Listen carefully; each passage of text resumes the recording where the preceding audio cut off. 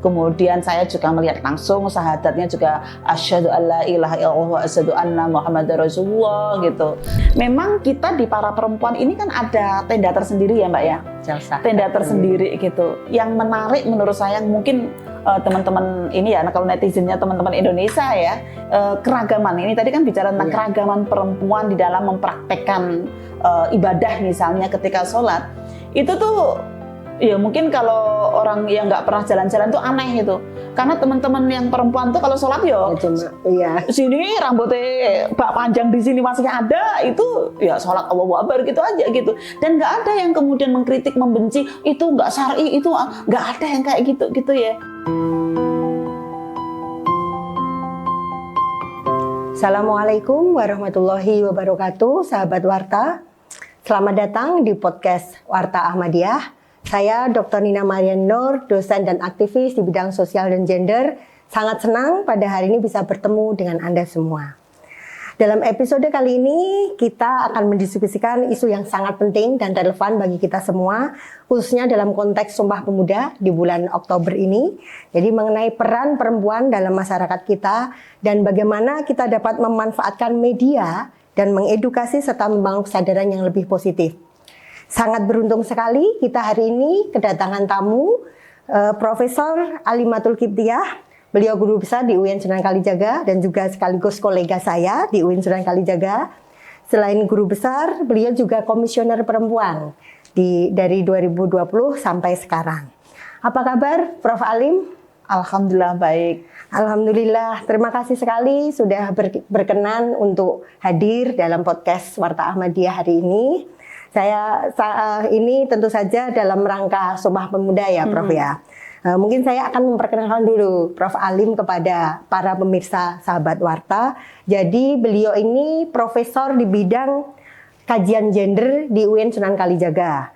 Dan beliau itu jadi ulama perempuan, aktivis, akademisi, dan sangat berpengaruh di Indonesia. Ya, jadi karena banyak kiprah beliau nggak hanya di dunia akademis tapi juga di dunia aktivis. Nah, Prof. Alim ini meraih gelar doktornya dari Western Sydney University ya, Prof. ya, dan magister dari University of Northern Iowa. Kemudian juga double ini di Universitas Gadjah Mada juga. Nah, beliau juga aktif sebagai ulama, aktif dalam Kongres Ulama Perempuan Indonesia sejak awal KUPI berdiri 2017 dan juga terlibat aktif juga dalam penanganan isu radikalisme dan tentu saja sebagai Komnas Perempuan aktif dalam penanganan isu kekerasan seksual pada perempuan. Nah, Prof. Alim ini sudah menghasilkan banyak tulisan tentu saja yang bisa kita akses dan yang paling baru saya kira dan itu tentang feminis Muslim Indonesia ya. Kemudian beliau sebagai perempuan juga aktivis, juga aktif dalam Muhammadiyah. Jadi beliau aktif di PP Muhammadiyah dan juga di PP Aisyah. Nah, tentu saja beliau sangat memperjuangkan kesetaraan gender dan pemberdayaan perempuan di berbagai level. Nggak hanya di level akademis, tapi juga di level masyarakat dan juga di level sosial dan agama. Nah, Prof, ini kan dalam masih suasana Oktober ya, jadi Sumpah Pemuda. Nah, kalau menurut Prof. Alim itu bagaimana sih semangat persatuan dan kolaborasi khususnya bagi perempuan kita sehingga dapat berkontribusi dalam kesetaraan dan keadilan dalam Indonesia yang bineka ini? Ya, terima kasih ya. Saya sapa dulu ya. Warta Ahmadiyah yang sangat luar biasa ini, dan juga di Komnas Perempuan itu ada salam unik ya, yaitu salam Indonesia yang bineka. Biasanya sih jawabnya adalah Indonesia itu jawabnya adalah bineka itu Indonesia. Ya, jadi salam Indonesia yang bineka, bineka itu Indonesia. Nah, menurut saya salam ini konteks sekali ya dengan peringatan Sumpah Pemuda, yang mana Sumpah Pemuda itu diperingati karena Indonesia itu ya bineka. Indonesia itu punya keragaman. Keragaman tidak hanya persoalan keragaman budaya, keragaman etnisitas, tapi juga keragaman keyakinan. Bahkan di satu kelompok saja itu juga ada bermacam-macam keragaman. Misalnya kalau di masyarakat Muslim ya, itu ada kelompok Muhammadiyah, ada kelompok NU, ada kelompok Persis, ada kelompok Ahmadiyah, ada kelompok LDII, ada kelompok macam-macam lah. Yang kadang-kadang kalau kita sebutkan nggak selesai-selesai Mbak gitu. Karena memang ada keragaman keyakinan yang berbeda-beda itu, tetapi kita dalam satu ukhuwah Islamiyah yang sama kan gitu. Nah, terkait dengan isu perempuan juga demikian. Pengalaman perempuan itu beragam. Ya, misalnya saja keragaman di dalam memahami selembar kain di atas kepala ini gitu ya. Yang indikatornya adalah syar'i, tapi penafsiran syar'i itu sendiri itu beragam antara perempuan satu dengan perempuan lain walaupun dia sesama muslim. Ada yang mengatakan misalnya syar'i itu kalau sudah semuanya tertutup kecuali mata, bahkan kadang-kadang mata nggak kelihatan juga gitu kan, itu baru dikatakan syar'i. Tapi ada juga yang tidak harus pakai tutup ya wajah, semuanya tertutup kecuali wajah dan telapak tangan, dan mungkin harus pakai yang baju-baju longgar gitu ya. Bahkan ada yang syar'i itu kalau jilbabnya sudah bisa menyapu lantai, misalnya saking panjangnya. Ada juga yang punya pemahaman kayak gitu. Tapi ada juga yang punya pemahaman ya seperti yang saya pakai dengan jilbab biasa sederhana, ini juga saya meyakini ini pun juga syar'i gitu. Tapi ada juga teman kita yang mengatakan, loh yang penting pakainya sopan kok, walaupun nggak ada kain di atas selembar kain di atas kepala itu juga nggak ada masalah, itu pun juga syar'i. Yang penting bagaimana akhlaknya, bagaimana cara berpakaiannya sesuai dengan konteksnya dan lain sebagainya, walaupun tidak ada selembar kain di atas kepala. Ini aja salah satu contoh pengalaman perempuan yang berbeda dengan tafsir terkait dengan persoalan selembar kain di atas kepala. Oke, jadi sebenarnya itu ada kebinekaan tadi ya, maksudnya ada pemahaman kalau kita itu ya memang berbeda, pemahaman yang berbeda.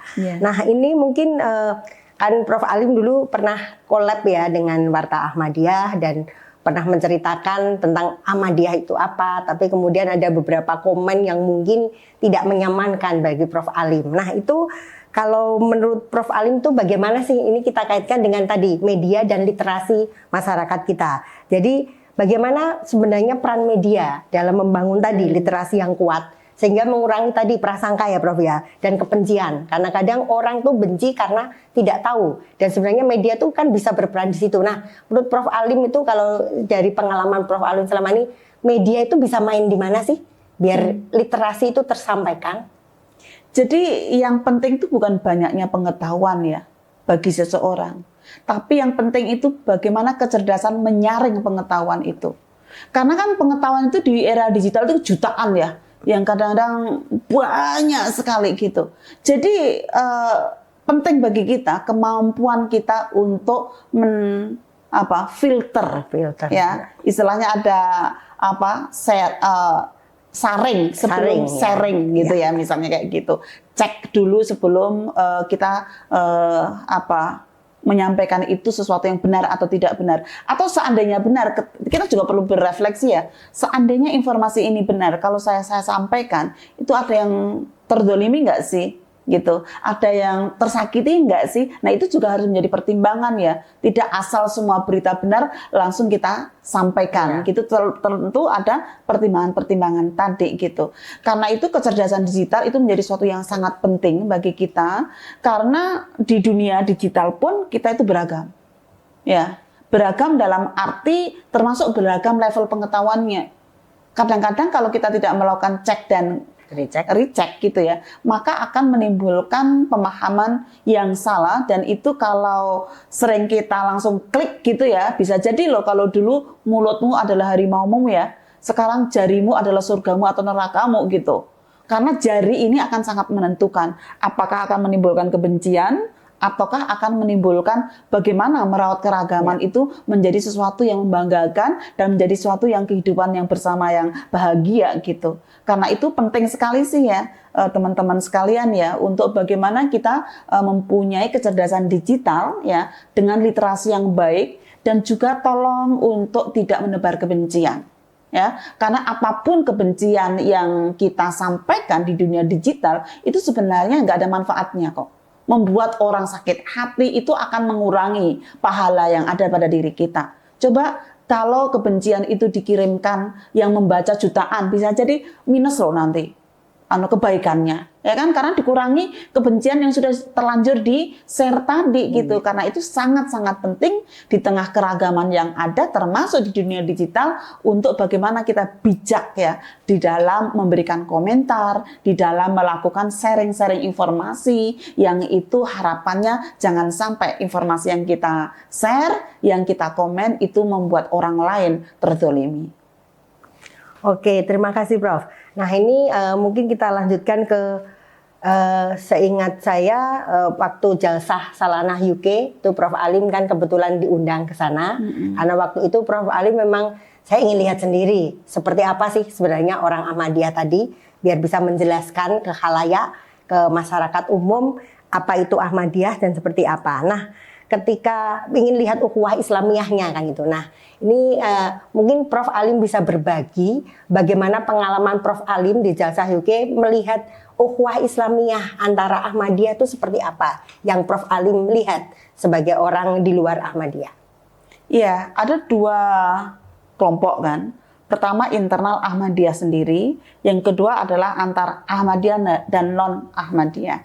Nah, karena kan kalau tidak salah kan sekitar 43.460 yang hadir di Jalsah Salanah di UK tahun 2024 ini ya gitu.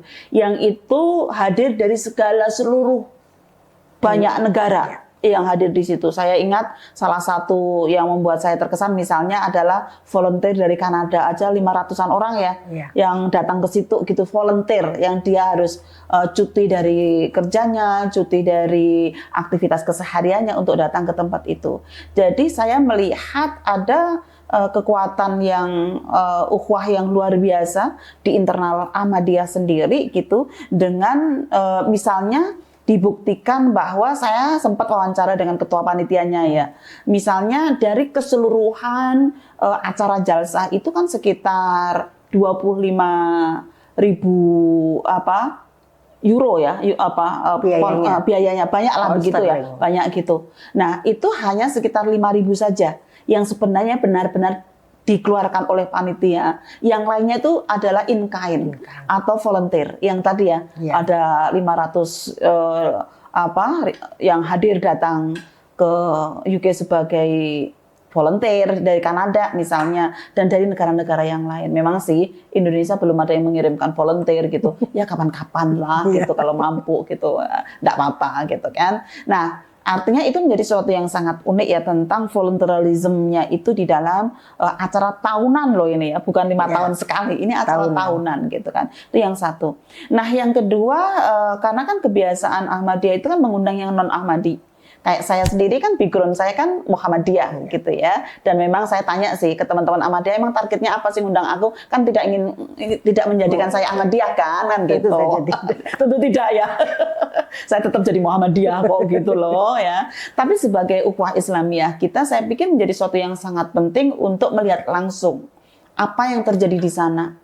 Bagaimana sholatnya, bagaimana syahadatnya gitu ya. Lalu juga bagaimana menghormati tamu-tamu yang non-Ahmadi di sana. Saya pikir itu menjadi sesuatu yang sangat menarik sih menurut saya gitu ya. Yang mana ya kalau saya sih ya kebetulan pas di sana juga sedang menstruasi ya. Jadi ya ikut jamaah sholat sama 5 waktu di sana gitu kan. Kemudian saya juga melihat langsung syahadatnya juga asyhadu alla ilaha illallah wa asyhadu anna muhammadar rasulullah gitu. Kemudian juga ya sempat diskusi juga dengan khalifah ya yang menurut saya sangat beruntung ya.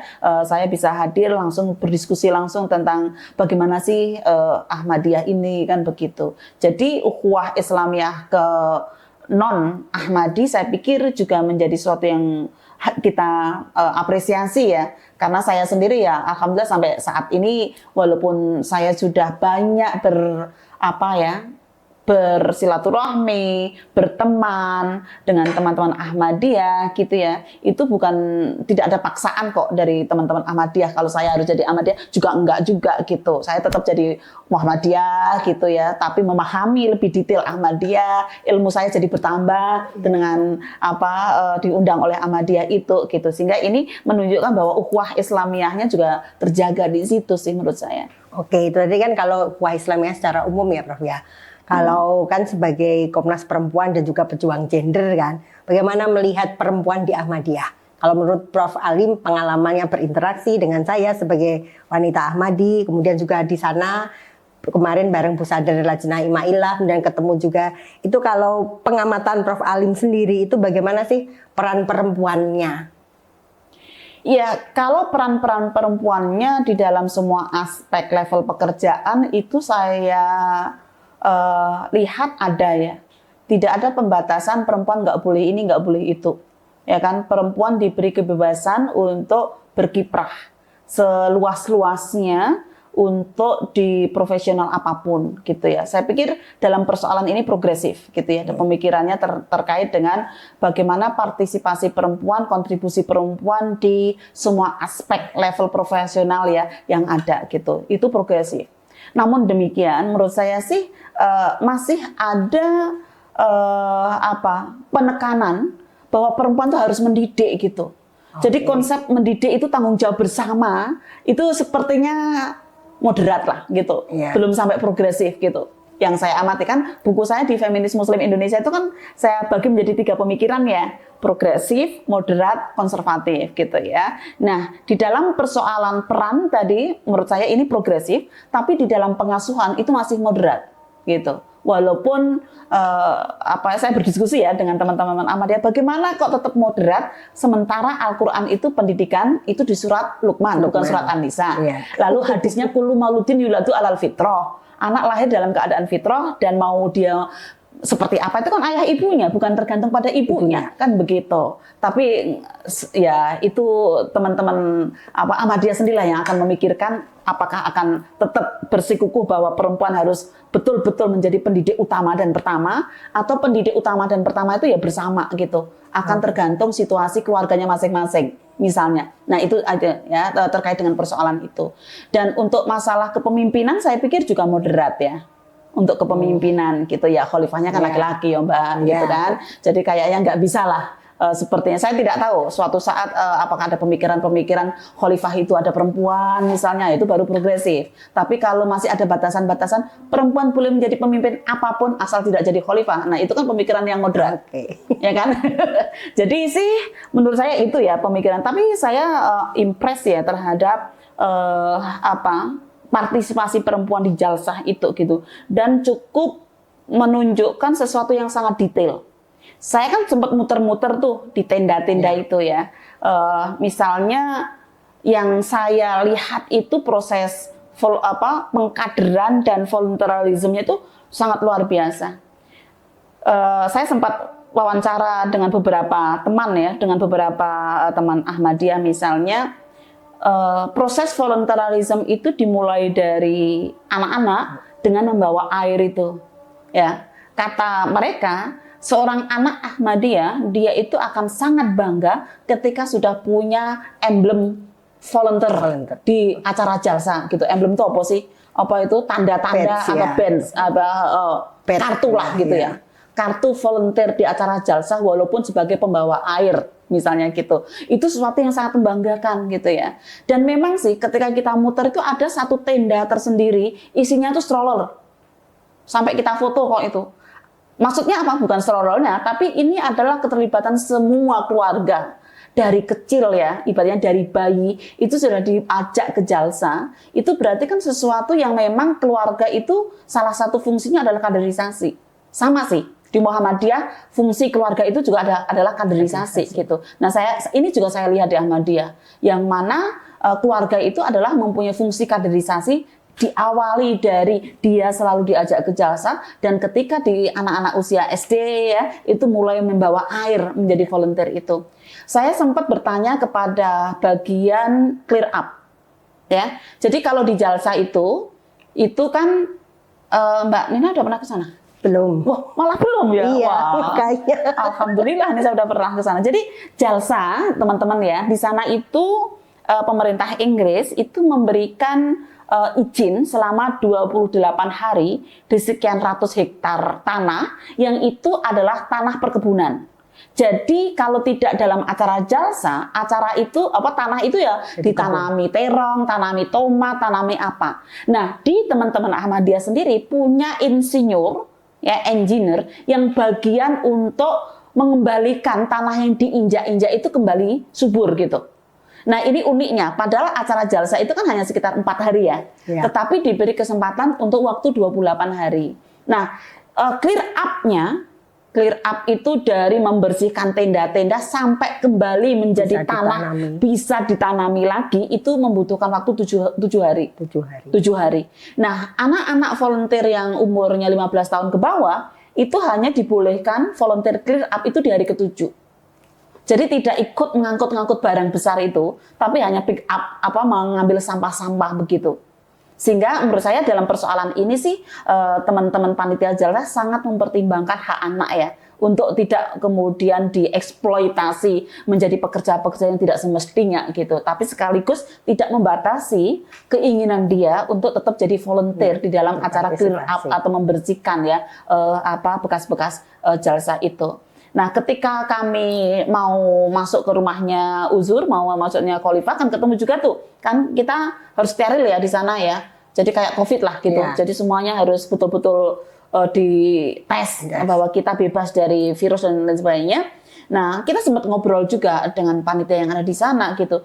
Nah, ketika ini sudah selesai, besok panitia sudah terbentuk lagi untuk tahun berikutnya gitu. Berarti ini sesuatu yang rutin ya. Kegiatan yang rutin yang seolah-olah panitia itu ya tidak akan ada jedanya, walaupun mungkin ganti orangnya gitu ya, tapi ini panitia sudah terbentuk lagi begitu, sehingga dari sisi manajerialnya itu saya pikir luar biasa sih untuk acara yang tahunan dan sampai menghabiskan miliaran uang gitu ya, yang kalau dihitung tapi sebenarnya hanya sekitar 25% dikeluarkan dari panitia gitu. Oke, terima kasih pengamatannya Prof. Alim. Tadi ya tentang perempuan yang memang mungkin masih moderat kalau menurut Prof. Alim dari teori Prof. Alim. Nah, ini kita lanjutkan ke tadi. Kalau di dalam Ahmadiyah tuh kami punya slogan yang biasa memang kami ajarkan. Kami itu love for all, hatred for none. Nah, itu kalau Prof. Alim sendiri melihat bagaimana sih perwujudan slogan tadi dalam kehidupan sehari-hari orang Ahmadiyah ketika Prof. Alim bertemu, terutama ke perempuan mungkin, karena sebagai perempuan lebih banyak interaksinya dengan perempuan. Ya, kalau secara umum mungkin kita tahu ya, kalau kita mau mempunyai kecerdasan, ya ini kan untuk netizen ya, mempunyai kecerdasan digital yang baik gitu, bahwa kita sangat bersyukur mempunyai komunitas seperti Ahmadiyah, karena mereka sangat dikenal sebagai pendonor mata terbesar di dunia, gitu. Itu satu secara umum. Nah, kalau dari sisi perempuan gitu ya, menurut saya yang saya alami ya, operasionalisasi dari hatred for none, love for all, artinya tidak ada kebencian kepada siapapun dan juga mencintai siapapun gitu ya. Saya sebagai tamu dalam perjalanan, dalam pengurusan segala persoalan yang dibutuhkan itu ya menunjukkan itu sih gitu. Bagaimana kita sebagai tamu ya value cream doyufahu ya itu cukup tergambarkan yang ada di sana ya. Saya yakin bahwa ini tidak hanya kepada saya ya, tapi bagaimana tamu-tamu internasional yang non Ahmadi tadi di acara Jalsa ya itu juga kemudian tergambarkan. Memang kita di para perempuan ini kan ada tenda tersendiri ya Mbak ya. Jalsa. Tenda tersendiri gitu. Yang menarik menurut saya mungkin teman-teman ini ya, kalau netizennya teman-teman Indonesia ya, itu akan melihat sesuatu yang berbeda kalau belum pernah pergi ke luar negeri atau belum pernah jalan-jalan gitu ya. Kita melihat orang sholat itu kan kebanyakan paham Syafi'i di Indonesia ini, yang tertutup rapat, pakai rukuh, kadang-kadang kaki kita kelihatan itu aja sama yang di belakangnya ditutupin gitu ya. Kan Syafi'i banget gitu kan. Sementara kalau pakai misalnya Hanafi ataupun yang lain ini kan nggak begitu. Sehingga kalau saya lihat ya, keragaman. Ini tadi kan bicara tentang keragaman perempuan di dalam mempraktekkan ibadah misalnya ketika sholat. Itu tuh ya mungkin kalau orang yang nggak pernah jalan-jalan tuh aneh gitu. Karena teman-teman yang perempuan tuh kalau sholat sini rambutnya panjang di sini masih ada, itu ya sholat Allahu Akbar gitu aja gitu. Dan nggak ada yang kemudian mengkritik, membenci, itu nggak syar'i, itu nggak ada yang kayak gitu ya. Artinya itu diterima sebagai sebuah keragaman dan kemudian ya tadi ya love for all, hatred for none ya. Saya melihat secara langsung bahwa tidak ada sih persoalan-persoalan yang menurut saya menganggap paling benar gitu ya di dalam urusan persoalan-persoalan cara berpakaian yang ada di situ gitu. Oke, Prof. Mungkin kita agak tarik ke pengalaman di Indonesia ya. Saya sendiri penelitian saya itu tentang perempuan Ahmadiyah dan konflik. Jadi salah satu temuan kami memang perempuan itu banyak berperan sebenarnya. Ketika ada konflik, perempuan itu tidak hanya jadi korban, tapi bisa juga akhirnya jadi agen, kan begitu. Nah, kalau menurut Prof. Alim sendiri itu tadi kalau dalam konteks jalsah. Nah, kalau dalam kehidupan di Indonesia ini, kira-kira kalau menurut Prof. Alim, Lajnah Imailah atau perempuan Ahmadiyah itu bagaimana biar bisa menjadi teladan atau menjadi untuk pemelihara nilai-nilai perdamaian, itu bagaimana kalau menurut Prof. Alim? Jadi kan selama ini kan kami didiskriminasi, bahkan dipersekusi, tetapi kalau penelitian saya menunjukkan ada pergerakan dari perempuan yang semula menerima saja, ya memang nasib kami dianggap sesat, kami itu ya didiskriminasi, dipersekusi itu wajar, semula begitu, tapi kemudian bergerak mulai, ini hak kami tuh punya hak beragama dan berkeyakinan, beribadah tadi. Tapi kemudian kalau sekarang sudah mulai aktif ya tadi membangun relasi itu. Nah, itu penelitian saya sampai situ. Tapi kalau menurut Prof. Alim sendiri, apa sih yang bisa dilakukan perempuan Ahmadiyah ke depannya untuk tetap menjaga perdamaian di Indonesia di dalam perbedaan tadi, di dalam keragaman?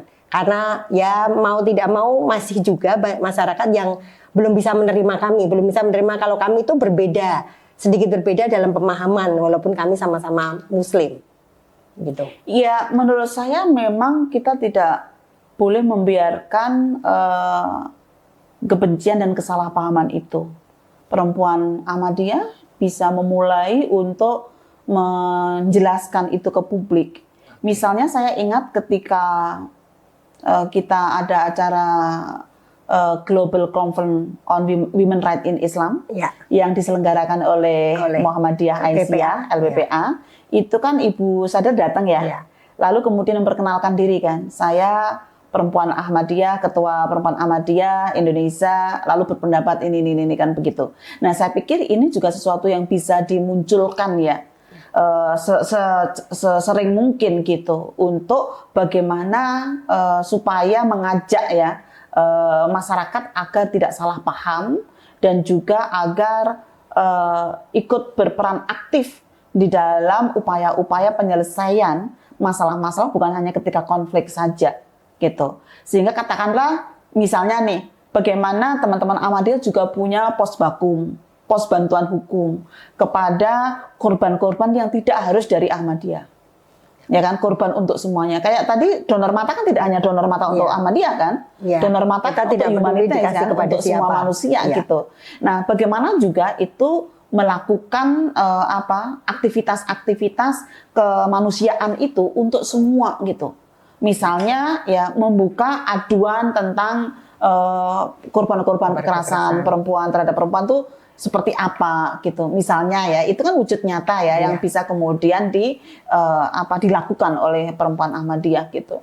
Jadi intinya lebih berkolaborasi dan membuka diri gitu ya, Prof. Sehingga bisa menunjukkan toleransi itu bisa diwujudkan, orang bisa memahami perbedaan. Oke, pas jalsah itu kan Prof. Alim berkesempatan ketemu langsung dengan Khalifah yang kelima, itu Hazrat Khalifah Masrur Ahmad. Ya, itu kan ketemu langsung jadi ya. Nah, kalau dari pendapat Prof. Alim dan juga pengalamannya, itu kepemimpinan beliau itu seperti apa toh sebagai sebenarnya pimpinan pusat dari Jamaah Ahmadiyah seluruh dunia? Ya, kata orang, saya termasuk orang yang beruntung. kami tamunya 4 orang ya dari Indonesia. Kami berempat itu kan ketemu di acara Mulakat ya namanya. Mulakat, ya. Itu kan di acara di jam pertama ya jam 9 jadi pagi hari, sehingga melihat uzur atau melihat khalifah itu dengan wajah yang sangat fresh, lalu juga penuh canda tawa gitu. Tapi kan sebelumnya kan 2 hari sebelumnya kita melihatnya di forum jalsa yang kelihatan tegang gitu ya, sepertinya itu wes nggak bisa tersenyum gitu kan. Wah, pas diskusi dengan kami itu cair sekali gitu, sehingga sampai 45 menit itu lama banget gitu. Ya, biasanya kami kalau ke Mulakat cuma foto 5 menit. Kemarin tuh 45 menit kami itu, karena ya saya tanya juga apa sih khalifah bedanya Zakar sama Rijal itu apa? Nah, isu kepemimpinan perempuan toh.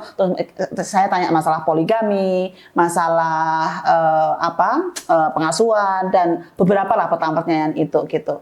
Nah, dan juga kemarin sempat ditanya terkait dengan bukan saya sih, teman yang lain bertanya terkait dengan kan tahun depan 100 tahunnya Ahmadiyah Indonesia ya, mungkin nggak kalau kemudian beliau bisa hadir di acara internasional conference atau apa gitu di Indonesia. Insya Allah katanya begitu sih beliau gitu. Nah yang menarik adalah ya beliau ternyata sangat humble dan juga sangat menghargai perempuan. Jadi di akhir selesai, boleh nggak kami foto? Oh boleh gitu. Nah yang mau berdekatan itu kan yang mubalek siapa? Mas Rahmat gitu, not you, Prof, you come here. Jadi malah saya disuruh sebelahnya khalifah. Jadi saya kemudian di sini yang ada tamu dari Prof Ismet ya, gitu baru Jadi yang teman-teman Ahmadiyah malah di pinggir-pinggir gitu. Itu beruntung sekali itu, Bro.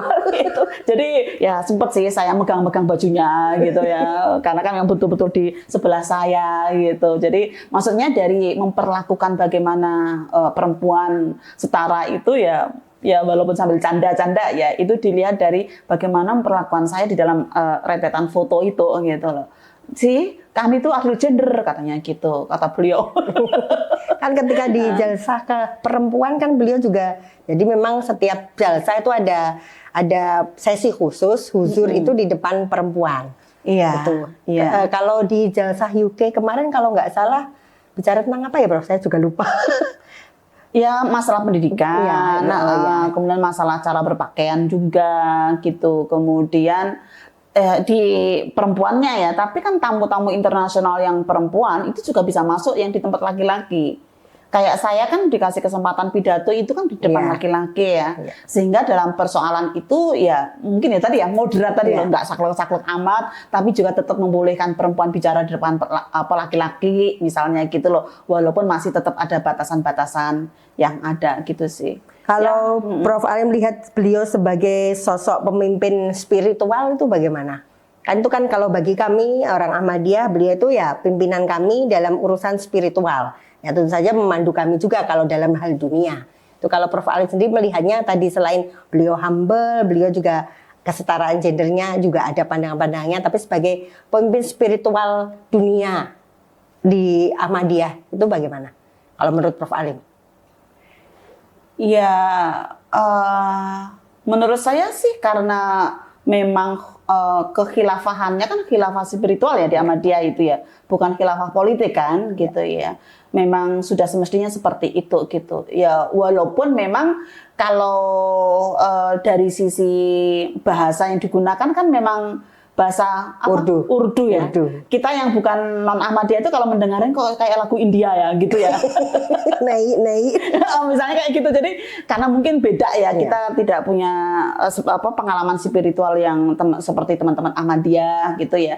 Tapi kan selalu itu kan sebenarnya karena bahasa aja yang kita tidak terbiasa dengan bahasa-bahasa Urdu. Yang kita tahu ya bahasa itu ya bahasa film-film India kan begitu. Tapi itu kan ternyata setelah diterjemahkan ya itu kan apa Mbak istilahnya nujum apa istilahnya? Nazem ya. Nazem itu puisi. Ya kan? Syair ya. Setelah diterjemahkan syairnya kan luar biasa gitu ya. Tidak hanya kalau kita dengarkan syairnya syair sholawat kepada Rasulullah ataupun syair-syair yang lain. Ini kan ada keragaman sih ya tentang syair yang dibaca dengan bahasa Urdu itu ya. Yang menurut saya ya itu bisa menguatkan spiritualitas yang ada itu sih.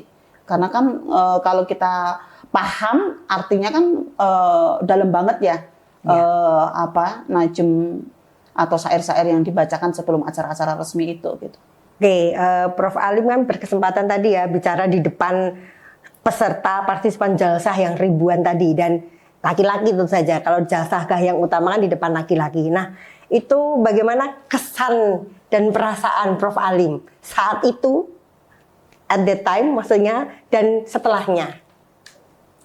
Saya merasa terhormat sih diberikan kesempatan, walaupun awalnya katanya 10 menit, katanya 4 menit, akhirnya hanya 2 menit. Ya kan, untuk memberikan pidato itu gitu, karena memang banyak tamu-tamunya ya. Nah, saya menyimak tamu-tamu yang lain sepertinya kok landai gitu ya. Akhirnya wah, ini harus digoyang ini. Akhirnya saya awali dengan narai takbir, lalu disambut Allahu Akbar, kan Islam Ahmadiyah, wah gitu. Nah itu sih saya mempunyai perasaan wah luar biasa sekali ya. Walaupun saya secara pribadi sih pidato di depan laki-laki udah yang biasa ya. Di sini kalau pas Ramadan saya juga biasa itu di masjid itu pidato depan laki-laki. Tapi yang di depan Ahmadiyah kan baru ini, yang itu juga ribuan orang gitu ya. Saya merasa bahwa orang mendengarkan saya, walaupun saya sebagai seorang perempuan gitu ya, didengarkan. Bukan kemudian perempuan tuh bisa bicara apa sih, tidak ada kesan itu gitu ya. Sehingga itu membuat saya walaupun hanya 2 menit gitu ya, saya manfaatkan sebaik-baiknya untuk bagaimana ya make different but not just different gitu ya. Artinya perwakilan Indonesia seorang perempuan itu juga bisa berpidato yang membuat kesan tersendiri gitu ya di teman-teman jalsah sih gitu. Jadi menurut saya sih ya terima kasih atas kesempatannya itu gitu. Oke, sama-sama Prof. Iya. Walaupun sih memang setelah di-upload ya banyak tiba-tiba di jalan. Pertama kali saya membaca pas di jalan sudah selesai itu kan dari acara jalsah pulang ke London kan, mau ke bandara itu tiba-tiba buka pertama kali, langsung profesor sesat gitu. Astagfirullah. Terus terang sih is something for me too gitu ya, terkait dengan itu gitu ya. Ya mudah-mudahan sih ini tidak akan membuat saya terhambat untuk masuk neraka sih gitu ya. Mudah-mudahan malah justru bagaimana kebaikannya dia masuk ke teman saya kan gitu ya, karena kemudian sudah mensesat-sesatkan saya tanpa melakukan cek dan recheck dan juga klarifikasi seperti apa sih sebenarnya teman-teman Ahmadiyah itu gitu loh. Itu sih. Terima kasih. Ya kalau yang non Ahmadi aja dikatakan sesat, apalagi yang kemudian yang Ahmadiyah kan bayangnya begitu. Ya kan, ini kan kasihan sekali teman-teman Ahmadiyah ini gitu ya. Wong saya yang bukan Ahmadiyah aja dikatakan sesat. Karena membela Ahmadiyah. Nah, karena diundang oleh jalsah itu gitu.